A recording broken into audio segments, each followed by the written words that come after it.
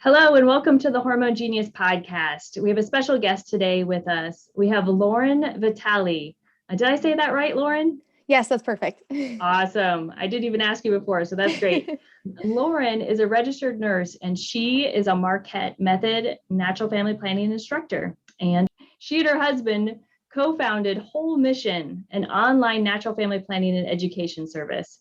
And this is awesome. We need more services like this for natural family planning. But through Whole Mission, Lauren works to connect couples with the Marquette Method instructors across the United States, I'm sure, and provides technical and practical support for natural family planning educators.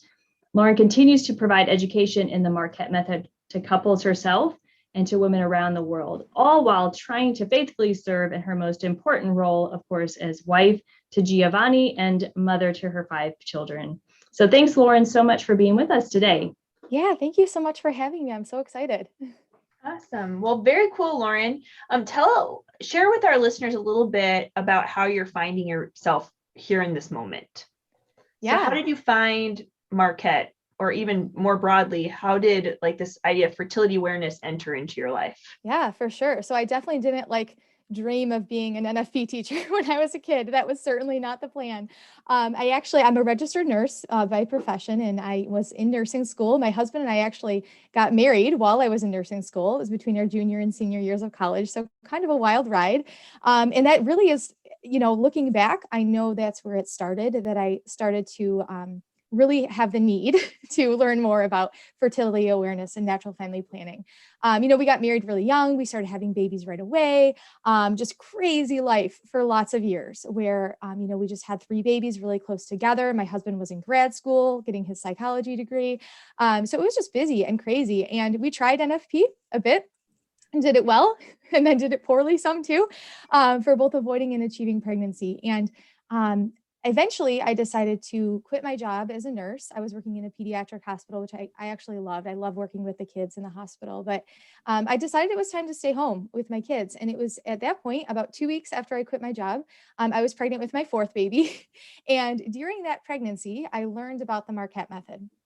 And that really is what kind of kicked me into the next direction of learning how to become an instructor, because it was during that time, we had, like I said, we used NFP before, but it wasn't always the exact way I wanted it to go, especially postpartum. 3 babies close together, it wasn't ideal.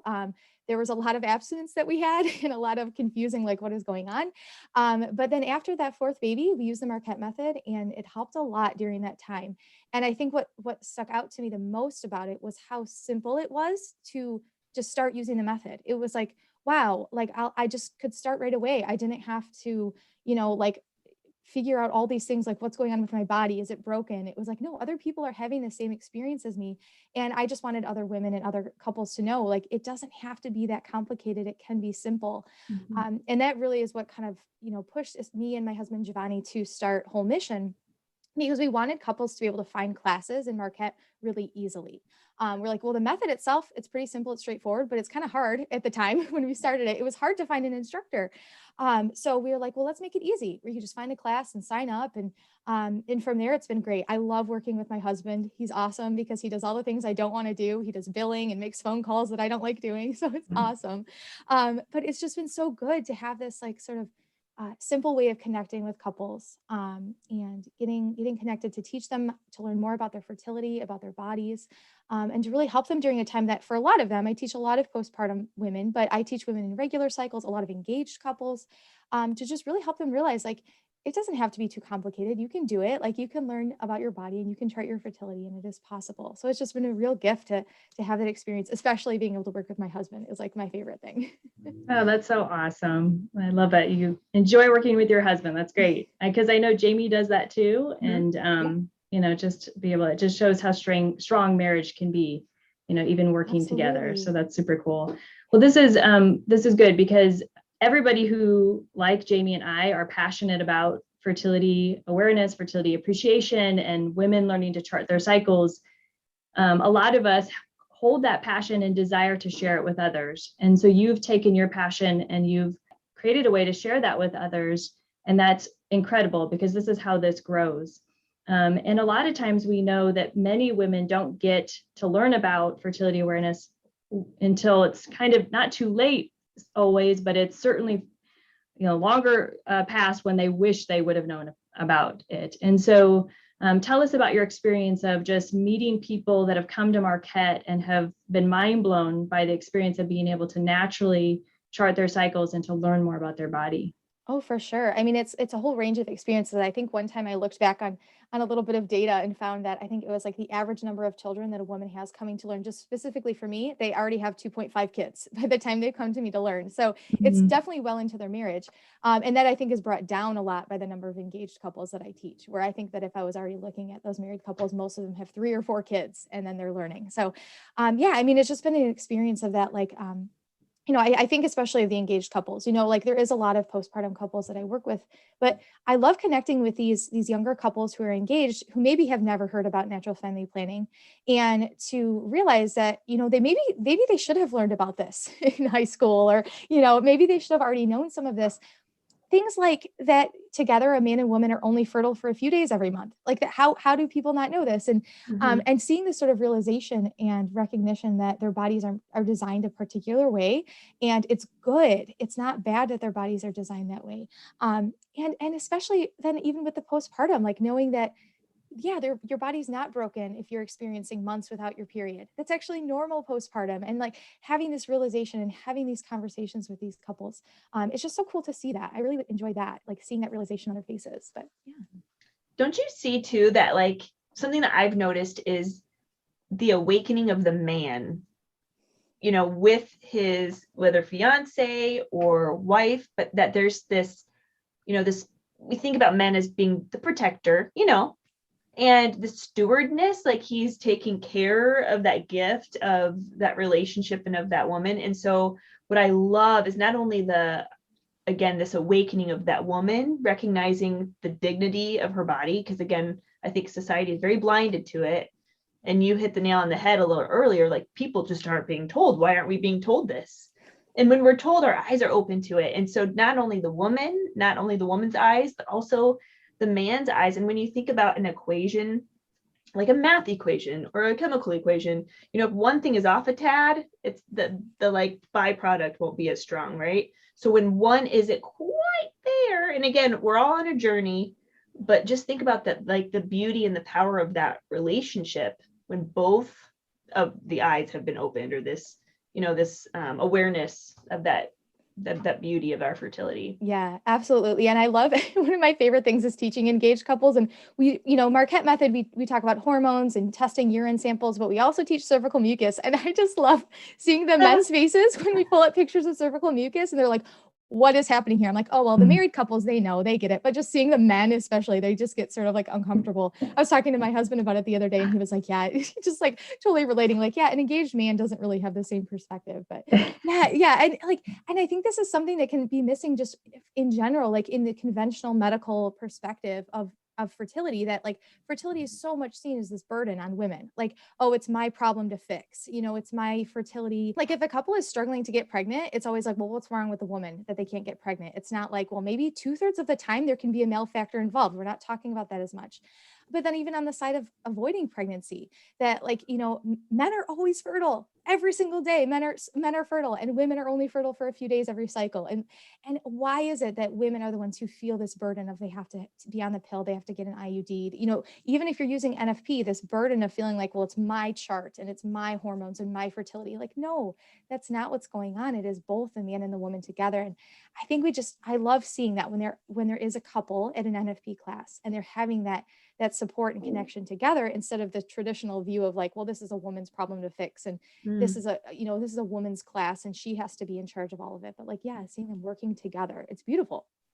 I noticed, Lauren, yeah, I'm sorry, Jamie. I noticed on your blog, you had several blog posts about male fertility. Yes. So is that something that you've kind of come to learn yourself, or and passionate about teaching others that, it can be partly the man's problem when they're looking at a fertility issue? And what do we know about male fertility? Because we obviously have not come that far in women's health, and we've got a lot to work on there, but there is a ton to work on in male infertility as well. So I just noticed that you had a particular interest on your blog for that topic. Yeah, absolutely. And with every couple that I teach, whether they're trying to avoid or trying to conceive, I always have a conversation with them about their health. And I directed it both the man and the woman to say, like, what are you eating? What is your activity like? What kind of exercise regimen should you be having as a man or a woman? Like, it can look different for a man versus a woman. So we have those conversations to say, like, yeah, you're going to have to take care of your health no matter what.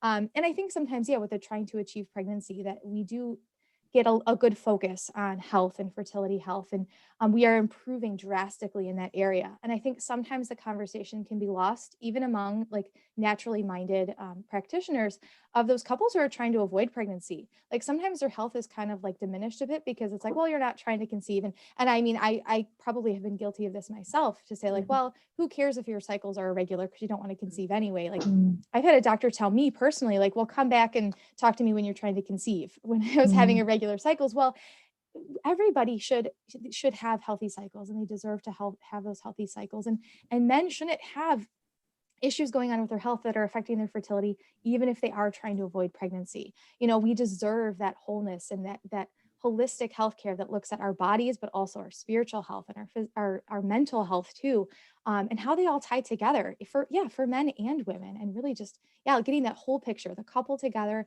and all aspects of our health.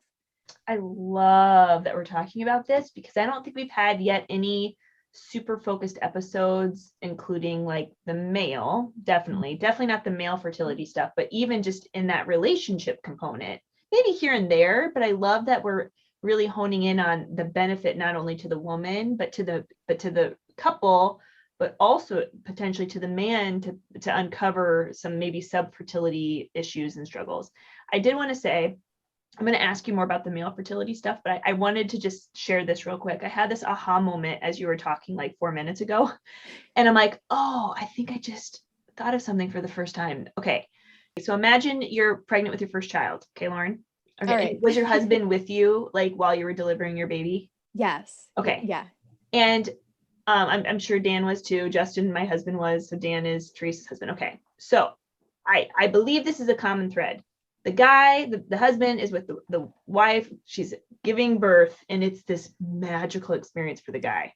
Like they didn't realize, obviously it's great for us and well, at the moment, but it's life-changing, but it's also like life-changing for the man, and almost from what I've like had experience with receiving this information from my husband, but even from other men, like it was amazing, like life-changing to see your wife, like it opens their eyes to the fullness of this woman.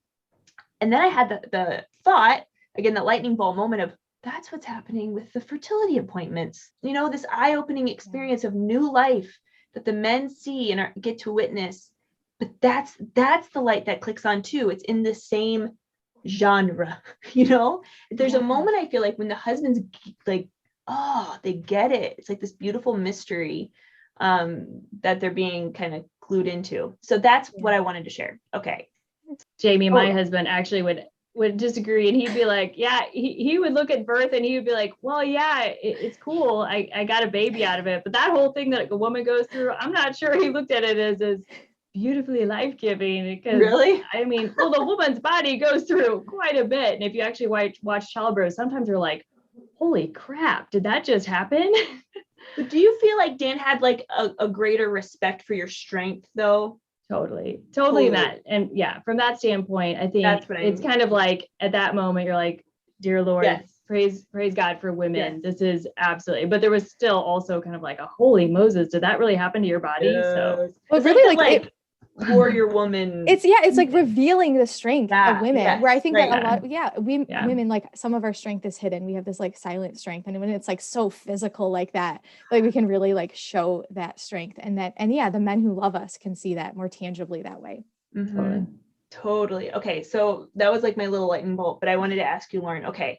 So for our listeners who may be trying to achieve pregnancy and it's a struggle, okay? Yeah. And maybe there's issues on the woman's side. Maybe they're having a difficult time even knowing or understanding the issues on the woman's side. What are some of the like first things that men can kind of just investigate with his doctor or whatever else? What are some like first steps that the guy can pursue?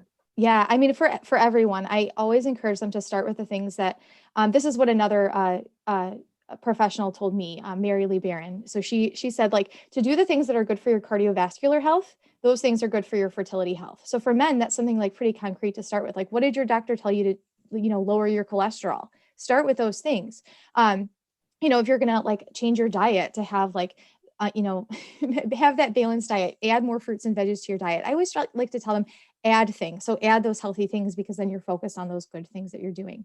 And, encouraging them to do things like strength training, that's going to build up their testosterone levels. And then something that I always tell men, and this is not necessarily a health thing that is for, going to fix any sort of fertility issue.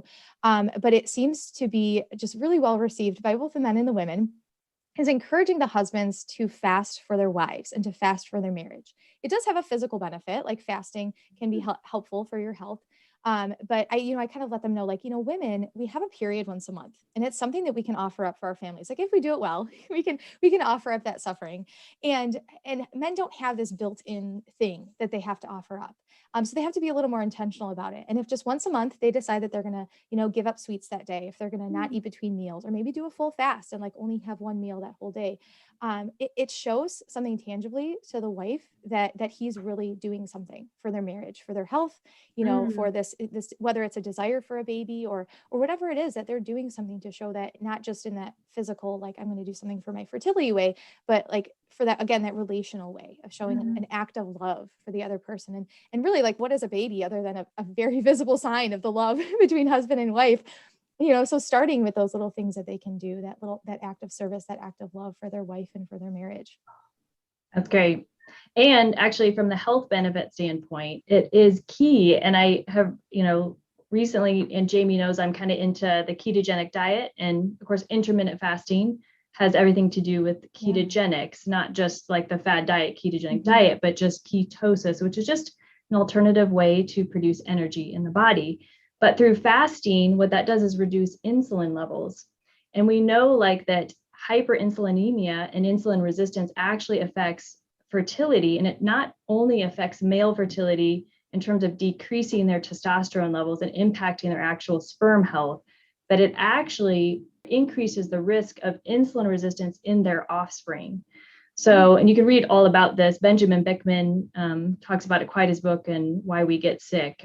He's very smart on insulin resistance. So from that standpoint, truly health beneficial. Any way we can tackle the issue of insulin resistance for men and women, which is just a huge problem that causes chronic health diseases, that's going to really improve fertility. So that's a great idea. And of course, like you said, the act of service. I was thinking when you said that, actually, that my husband does have a monthly thing that he does get to offer up, and it's my PMS. So I'm pretty sure that that is a little built in. Yeah. Yeah. I'm pretty sure that's built in for him too. He's like, yes, if I could just do her PMS well, then I'm pretty much that trumps your period. So I hear that.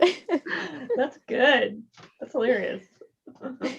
Awesome. Okay, so what about, let's kind of dig into some maybe anatomical or physiological reasons men may be struggling with subfertility. And I know that could be a whole other episode, another day, but just like touch on some of the high points. Yeah, sure. I mean, I've done, there's definitely people who know a lot better than I do, but I mean, sperm count and sperm motility are the biggest issues. And I don't know the numbers off of the top of my head, but there's something like in the last 50 years, how it's decreased by like, I don't know, half or something, the healthy sperm in men. And they think it has so much to do with the environmental factors that are going on. So whether that's like, plastics and estrogens in the water, so that, just the water that we're drinking is not as clean as it used to be. A lot of the estrogen coming from things like birth control pills. Using things like a laptop on their lap, and, scrotal temperature affects their sperm count and motility. So like men's bodies are designed to work a certain way. Like that's the reason that the testes are outside the body, that they're meant to be a certain temperature, and, having a laptop or a cell phone that's going to have the temperature changing, not how it should be. So those are just some of the like really basic things. But yeah, those sperm cells are really actually, they're kind of delicate. Like, sorry, men, like you have to take care of your body. Like you're really tough, you're really strong men, but you have to do things that care for your health in ways like that. Yeah. And again, like coming back to just, again, those healthy habits, because, they're looking more at like, how is alcohol affecting sperm count and motility? How's marijuana use affecting that? Yeah. And it's good to see that they are investigating this, that we're not just saying, well, women are the ones who have a problem with infertility, but saying men can do more to care for their health. And sometimes we don't know, like maybe they just have a genetic disposition to this, inability to conceive, but like that's like almost not knowing is worse. But Mhm. the things that you can modify, the things that you can take care of, starting with that is a good thing. And just having that empowerment, like, okay, I did something, like I'm starting somewhere. So it's good to just bring up that, in order for a man to know what his health of his fertility is, he has to do a semen analysis, right? And that has to be done with a lab and has to have a doctor's order. But most of the time when we think about that, we think about the men kind of giving that semen sample on their own, through masturbation. So it's good to know, because I think it degrades men to have to provide that sample that way. And it degrades women too, because usually pornography is involved with that as well. That there is an alternative way to test male fertility. And you can, through the St. Paul VI Institute, you can actually collect a kit, and you don't have to, have the order yet even. You can just get the kit, and it's basically a medical grade condom and a specimen kit and instructions. And this is just an alternative way. So it's good for people to know that if you're like, gosh, I really just wish my husband didn't have to provide the sample in this way, or the male feels uncomfortable as well, that you can actually ask your doctor for this alternative method. And I can tell you, just through years of using that kit, it does work, and it works well. So that's good. Something with the medical grade condom, just for those of you who are wondering, they actually have, correct me if I'm wrong, Teresa, like little tiny holes. So if you're trying to achieve pregnancy, that active intercourse isn't going to be contracepting in any way, but it will collect enough sperm for a semen analysis. So just in case you're wondering, that is a little detail. Yes. Yep. They're open to life. And we've actually seen pregnancies actually happen from those little tiny holes. Not very often, but yeah. Maybe it filtered out the healthy ones. Yeah, right. There was one really ambitious sperm. Right. That's all it takes. That's awesome. So I noticed also on your blog, Lauren, that you had something about testing supplies and a shortage of testing supplies. And I imagine this is something that you kind of go up and down with Marquette. And how do you, because I imagine when that happens, a lot of anxiety could occur in couples who are trying to avoid and they rely on these. What's your experience with shortages and testing supplies, and what do you, kind of recommend for people? Yeah. So that happened. The big time that happened was, of course, during COVID, where like everything just like things were not getting shipped where they were supposed to be being shipped. We think there was an issue from the actual like plant where they were manufacturing them. So that's the only time we've seen a really big issue. But recently, there was like, they changed the packaging on the boxes. And so, there was a little bit of a delay in getting those test sticks. Maybe the price went up for a few weeks. And that is a little bit anxiety inducing when, you are relying on these test sticks. I think the good thing is that we know this can sometimes happen because we are relying on, and not all the time, there are actually some couples who use Marquette who don't use the monitor. So this is, a separate thing, but those couples who are using the monitor, they do usually have at least a month's supply of test sticks. And those test sticks, they come in batches of 30, and you only use maybe 10 per cycle. So if you have a box of test sticks, you're going to last for hopefully 3 months. So as long as you have a box and then another set of test sticks, you usually are good for the amount of time that you might potentially run into these issues where the price is a little higher or there might be a supply shortage. But something that was so awesome to see was, back in the beginning of COVID, when there was this actual shortage of supply and only a few people were able to order the test sticks, I loved seeing this community that developed from this, where, I could see on Facebook people being like, oh, I don't have any test sticks, and they'd find somebody in the area who could just drop them off for them. Even us at Home Mission, like we have a kind of a stockpiling of test sticks that people have donated to us, and we'll send them to people if they're having trouble getting a hold of some test sticks. So, it's just so beautiful to see that community aspect to it where, Marquette users know other Marquette users, and there's going to be somebody out there who can help you find test sticks. And if you can't find them, then contact me and I will send you some test sticks because I got my ways of getting them. So it's kind of nice. It's good to have that. One thing I want to share with our listeners is if you're listening to our podcast out of order, let's just say, and you don't know what Marquette is and you have no clue like what we're even talking about, Lauren, can you just give like a little 30-second overview of what Marquette is and how it's different maybe than some of the other methods? For sure. Yeah. So the Marquette method, it is a symptohormonal method of NFP. And you can use a combination of cervical mucus observations or urinary hormonal measurements to determine days of fertility. There are also instructions for things like LH test sticks that test the urine, and temperatures as well. So it's kind of a bit of a, like, you can mix and match for what your needs are. But yeah, primarily the Clear Blue fertility monitor is what a lot of couples use, especially postpartum. But plenty also use a combination of the monitor and cervical mucus, and if you use just cervical mucus on their own. So that's kind of the basics of it. Awesome. Thank you, Lauren. Okay, Yeah. very cool. Tell us more about Whole Mission. Yeah, for sure. So Whole Mission is so funny because I never wanted to like start a NFP business, if you will. Like, I don't even know if you could call it a business because it's so different from anything else. But I had been teaching couples on my own for a couple of years, teaching mostly online, a few in person at my local parish and things like that. And my husband was like, you've got a good system going here. Maybe you could ask other instructors if they want to work with you, and you could share some of your resources and you'll help them get connected with couples. And I was like, nobody wants to do that. Nobody wants to work with me. Like, that sounds crazy.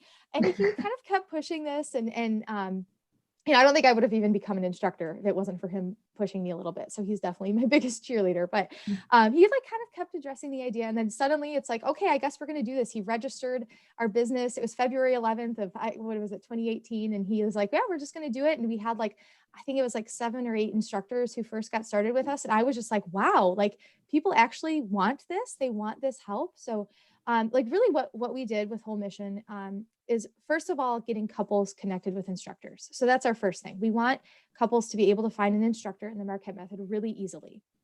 So that's our first goal. But then our second goal is to provide that support to instructors. So basically they can just show up and teach.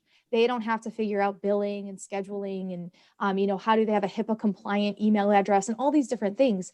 We provide that for them. So basically they just kind of like sign a contract with us. We help them with that business management side if that's just not something that they want to do.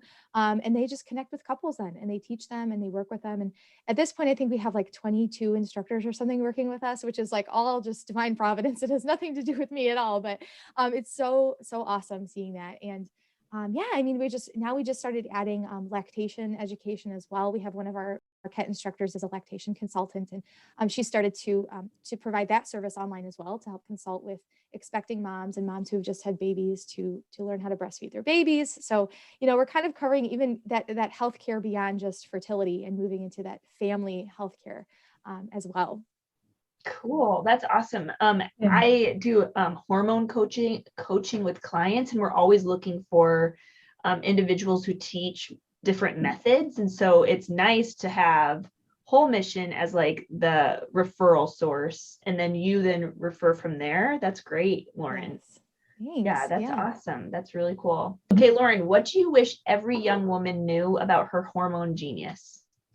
I think every day it changes, but what I really hope that every woman would know is that your body is designed beautifully. And as much as we think our bodies are complicated, it doesn't have to be complicated to know your body better. That can be simple. It can be really simple to know more about your fertility and to know more about how your body is working.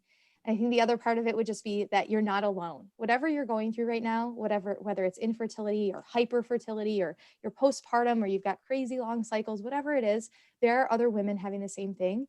And if you're married, you have a spouse there with you who's going through it with you, and reach out to them and have your husband support you in whatever it is that you're going through. Awesome. Yeah, just to hear about to the community support. I think now more than ever, I mean, social media has brought women together to be able to share experiences. So many times we don't talk about this stuff, and how beautiful it is that Whole Mission and other support systems are there so that we can share experiences, learn from each other, provide resources and support to each other. That's just so amazing. Very cool. Lauren, how can our listeners get in touch with you and follow you on social media or wherever else? Yeah, absolutely. So we have our website. It's mmmnfp.com. So it stands for Marquette Method Natural Family Planning. So mmmnfp.com. And they can also, we have Instagram, we have Facebook. It's just at Whole Mission. So if you want to look us up, you can find us there too. Very good. Awesome, Lauren. Well, thank you so much for joining us today. And I know our listeners are going to love this one because, again, we talked about a few things we've never even brought up before. So, Lauren, just thank you for your time. And Teresa, always good to see you as well.